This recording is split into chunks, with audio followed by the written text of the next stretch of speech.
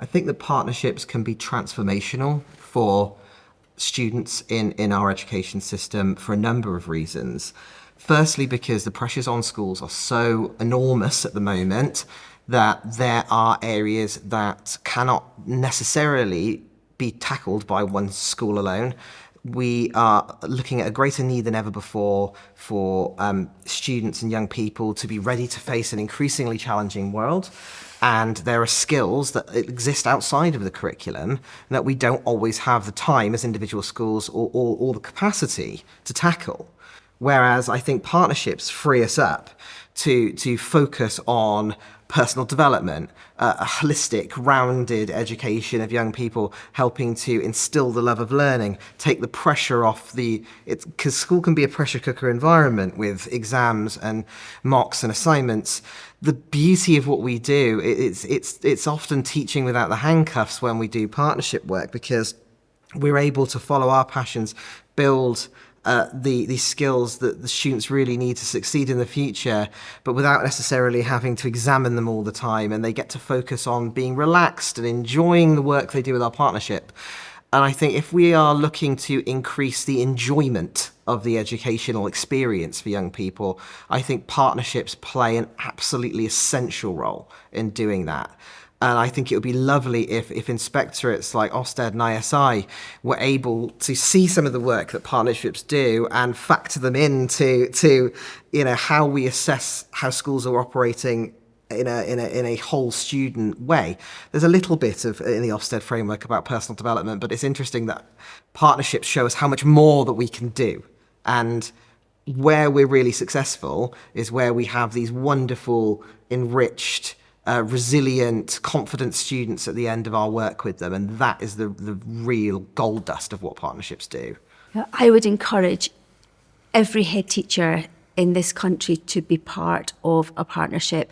I think the richness of what partnerships offer just can't be underestimated.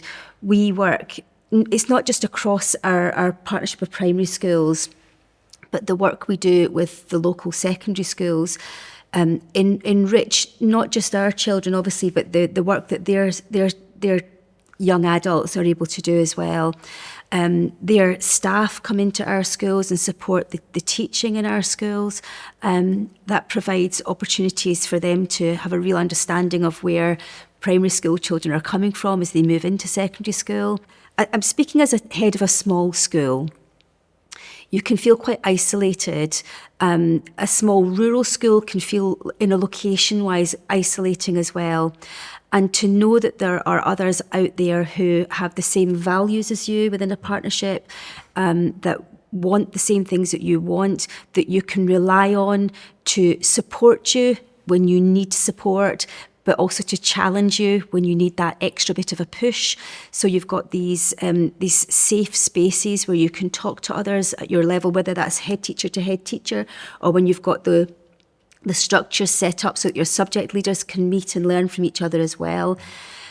There's so much, I think, that partnerships give to all schools that we just don't get from anywhere else in the system. And I wouldn't be the head I am without the network around me, the partnership around me, who are there when I need them, but they're there for the children, the opportunities the children have across the primary schools, but also moving into secondary schools. We have the most amazing opportunities to use resources, for example, that we just would not be able to have in schools. Random things like being able to use sewing machines in a small primary school, or having access to a whole set of samba instruments that we would have nowhere to keep, never mind, the children an opportunity to use. So it's access to staff, it's access to resources, it's networking, it's that sense of belonging to something bigger that you've chosen to be part of and that chooses you to be part of them as well. Partnership has the advantage that it can be bigger than just school. So where partnerships can be very successful in their locality is where there's an acknowledgement that children don't stop the second that they leave the school building. So really successful partnerships can work with town organisations, can work with local councils and all kinds of other organisations in a way that individual schools might struggle to be able to. And what we get there is the ability to look after all of our town's young people beyond their school experience. It feels like we are there to help them grow up beyond just their schooling. And I think that is one of the greatest powers of partnership, that we can expand the school experience to be much greater than just school. For me, it's the opportunity. It's that opportunity we can create for so many kids in covering all these different sports, keeping them healthy, keeping them active. It works on levels in as much that if I was to say anything to, and if I was speaking from the other side of the coin, I was speaking to independent heads, I'd say, look, this is a model that works. It works for everybody. It works for you. It's not easy straight away, is it? No, of course it's not. But you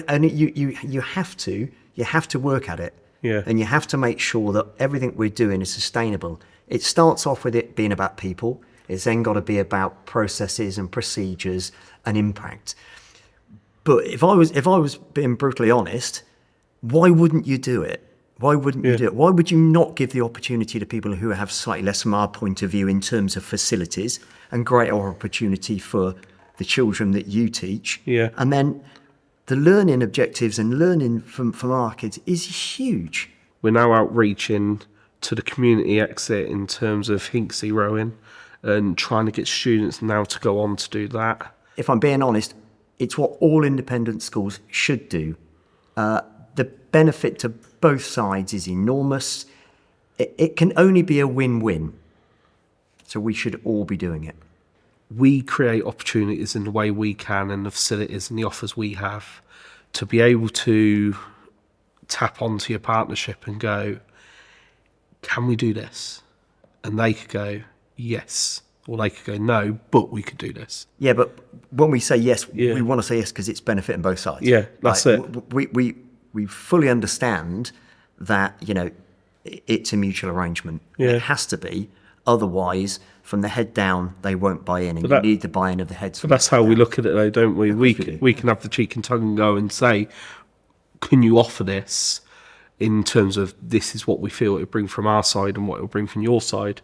And that's the joy of the partnership, is we have those conversations just to, because our end goal is we want to have the best for every student and give them every opportunity we want. And that's where we come from. That's why it works. Cross-sectional partnerships are essential for the future of long-term success. All children deserve to have opportunities regardless of where they're educated, and they can only support each other in doing that. They are a brilliant way of communities coming together. They are an essential part of our school day now. They are what we are proudest of. We are absolutely passionate. I can't even get my words out. It has been a extraordinary journey over the last 4 years of building this partnership. It is not difficult to do. However, it takes time and commitment, and that's the difficult bit. We've grown so much as a partnership in terms of how we can support each other.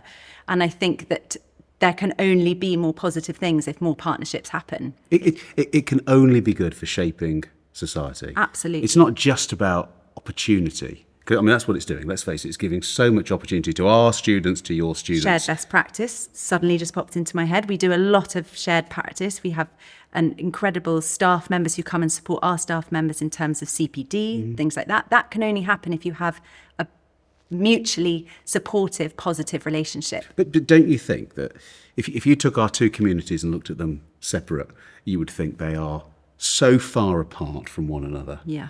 But you bring them together. Yeah, Wednesday afternoons are... Not our Wednesday afternoon. Yeah. But all those afternoons. Yeah. And you create that sense of normality. Yeah. That sense that as a society we can all support each other. Sure, we can give resources and experience your way, but what you give back through allowing our boys to be part of your school. Yeah. To work with your students, to walk through the communities where your children live. It just brings an awareness which we can't teach. And equally vice versa. Your children come in, your children sounds so stunning, so big. Yeah, quite so. But your children come in and they are welcomed with open arms. They are part of our school family. They are not seen any differently to anybody else. They are just another adult. And that's a brilliant, brilliant thing. Life, children are all the same. We just need to give them the same opportunities. It's vital. And this is true. We're not making this up, right? No, It's happening. no, it's fun. brilliant. Partnerships bring things you could never have imagined they would. They've brought in an immeasurable impact to our school. It's really difficult to articulate what it has done for our children, the opportunities we've created for our children, the breadth, the cultural capital, the different organisations we've been in touch with because of the partnership that we've created. It is a mutually beneficial process to go through that can only build positive things for your children. Shared best practice is everything. Our partnership group share everything. So we quite regularly work with schools in the Midlands, up in the north, in Scotland. Anything we do, we'll share. So if we have done something with science and we've got a risk assessment and somebody else is thinking about doing the same thing, we send our risk assessment to them. It saves them a little bit of time. I think if everybody had that mentality of collaboration and no competition, then the world would be a better place, because there's so many schools that work closely with each other and we're all reinventing the wheel on a daily basis. And so, every safeguarding lead is doing the same things as a safeguarding lead down the road.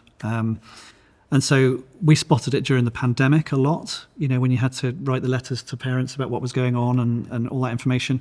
We would write one letter and send it to all our partner schools so that it could be adapted, but most of the work was done.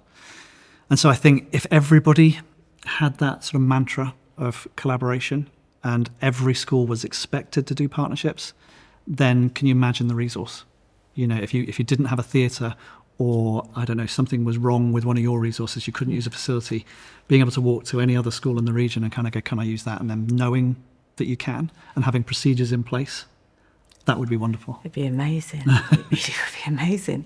And I think what you said basically encompasses how we started our partnership. I wrote to the school and suggested that we should do something together, and the idea of someone being able to have access to that with more schools, it would be really, really strong for not just developing our teaching and learning offer to children, but it's reciprocal as well, isn't it, for your school to be able to give a little bit more to those who may not be able to do that for whatever reason in their own school. Yeah.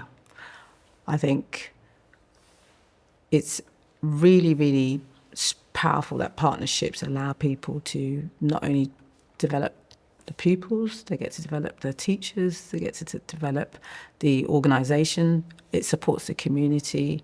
It's a win-win situation really for everybody if everybody was open to it.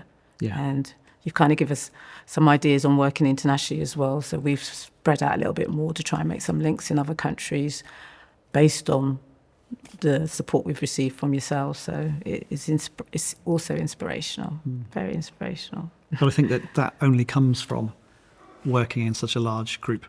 So our network, if you imagine, having every parent of every child in the country and their careers and what they do available to you. Yeah. And we quite regularly will have a primary school ring us up and say, we're doing space this term. Do you know any astronauts? And we'll kind of go, oh, well, actually, there's this person, this person, this person. And that's because we've got those connections through our many, many schools. Yeah. And, things like sending aid off to countries that are struggling. You ring up the partners or you put it on a WhatsApp and somebody will go, oh, my husband runs a freight company. That's the power of the network. Powerful. And so can you imagine if every single parent across the whole country was in a network and you could call upon it? It would be amazing. It would solve a lot of problems. It would. We've been in situations before where I've called the partnership group and said, we're taking the children out of the country for the first time. We've been sponsors. Can you help us? And we were very fortunate. We were given some numbers and we just wouldn't have been able to make those links because we were just starting afresh. So if everybody had an opportunity to tap into different resources based on almost piggy banking of others, but knowing that there was going to be lots of development for the kids, it'd be great. There's another area that people don't talk about with partnerships, which is the admin. So, the big schools, secondary schools have a lot of admin staff. They have financial directors, they have bursars, they have people that do a job because they're specialists in that job. Whereas primary schools have one person that does it all. They do. And so being able to, with things that come up, like I remember GDPR when that came in, that was huge for the primary schools, bringing people in to sort that out. But actually having somebody from our team go out to the schools was useful, and having somebody on the end of a phone you can just ask a question to is really useful. It really is useful. I'm thinking about when we were having problems with having to travel with children with special needs and calling up your team and asking for some support, and having people we've never spoken to just call us and say, we've been given this connection, how can we help you? That was really useful to us and be useful to others. It stands to reason that these sorts of partnerships should extend around the country. Why shouldn't they? And therefore I think, how do we do that? And what is the incentive to see partnership extend around the country? And it has to be top down, and there has to be there have to be methods of accountability, and the DFE would be an obvious place to start. But even the expectations of Ofsted, perhaps the expectations of the ISI inspectors for independent schools, are there requirements of those inspections for partnership work? And if there isn't, I'd jolly well suggest there should be, if there is the value to be had that we strongly think there is.